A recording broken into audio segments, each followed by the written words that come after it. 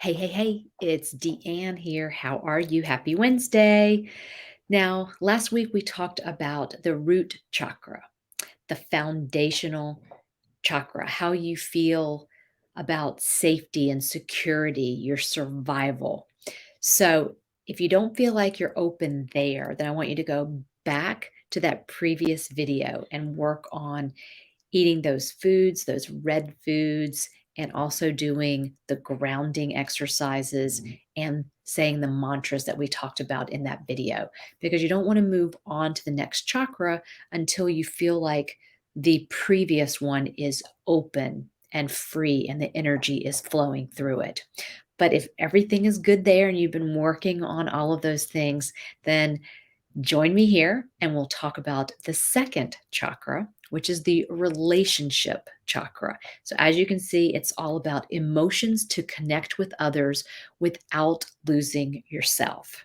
Healthy and loving relationships, being open to telling people that you love them, and also being able to receive love back. This also includes creativity, sexuality, your self worth, and value. So, if you feel like you're having any issues there, then listen up because we're going to talk about what happens when you have a blocked second chakra and how you can open it up. So, this is around a couple of inches below your navel, and it corresponds to water and the color orange. And it's all about you just feeling open and free with your emotions. So if you feel like you put up a wall and you aren't that free, then keep listening. All right. So when it's blocked, that's when you probably feel that you actually have a lack of pleasure or you're never satisfied. You might depend on others for happiness. You might not be able to find happiness within yourself. You may not be able to figure out what really makes you happy because you're really dependent on someone else. You may be overly sensitive or overly judgmental. So if any of these sound like you, then it sounds like this chakra is blocked. So, physiologically, this can show up as chronic low back pain. It can be kidney or bladder problems. It may even be infertility or GI problems, sciatica.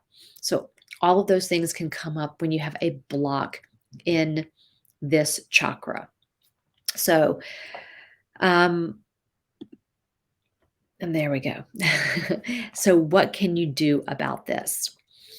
So there are things that you can take in. As I said, this is corresponding to water and flow. So, flow of emotions, flow of activity, flow of sexuality. So, water, making sure that you're not dehydrated is really very important. Also, taking in nuts and seeds. The good fats in the nuts and seeds are very nourishing for this part of the body, as well as any orange foods. So, think about what that is. That's a lot of different foods. It's salmon, sweet potatoes, pumpkin, orange bell peppers. Then it's apricots, nectarines, things like that. So, orange foods, anything with the color orange that isn't from artificial dyes. So, we're talking about whole foods here that are orange. So, not orange slices, not candies or anything like that. So food, that's one way. And then another one is to use certain mantras. So we talked a little bit about this last week. So here's one mantra: my emotions are free flowing and balanced. So this is something that you can say on a daily basis for the next week to try to open up this chakra. If you have a pen and paper, grab it because I'm going to go over some more. I deserve to enjoy life. I am feeling peace from within. I welcome sensuality into my life. I honor my sacred body. So any of those things you can say on a week, on a daily basis this next week, and that will help open up this chakra. Other things that you can do, fun things, take a bath. get a massage. So having someone else's hands on your body, getting that energy from someone else will definitely help open this chakra up. Dancing, just having some fun. Hip circles, because this is all around the hip area, hip stretches, hip circles. And then using essential oils. So, orange is a wonderful essential oil that you can use, jasmine, neroli. So, any of those. I really like to smell my essential oils. Some people put them in the air.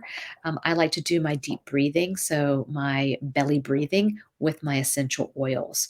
So, you can do any of those things to help open up this chakra. So, I hope this has helped.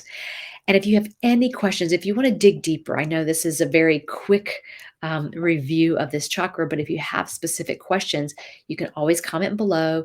You can always DM me and you can always email me.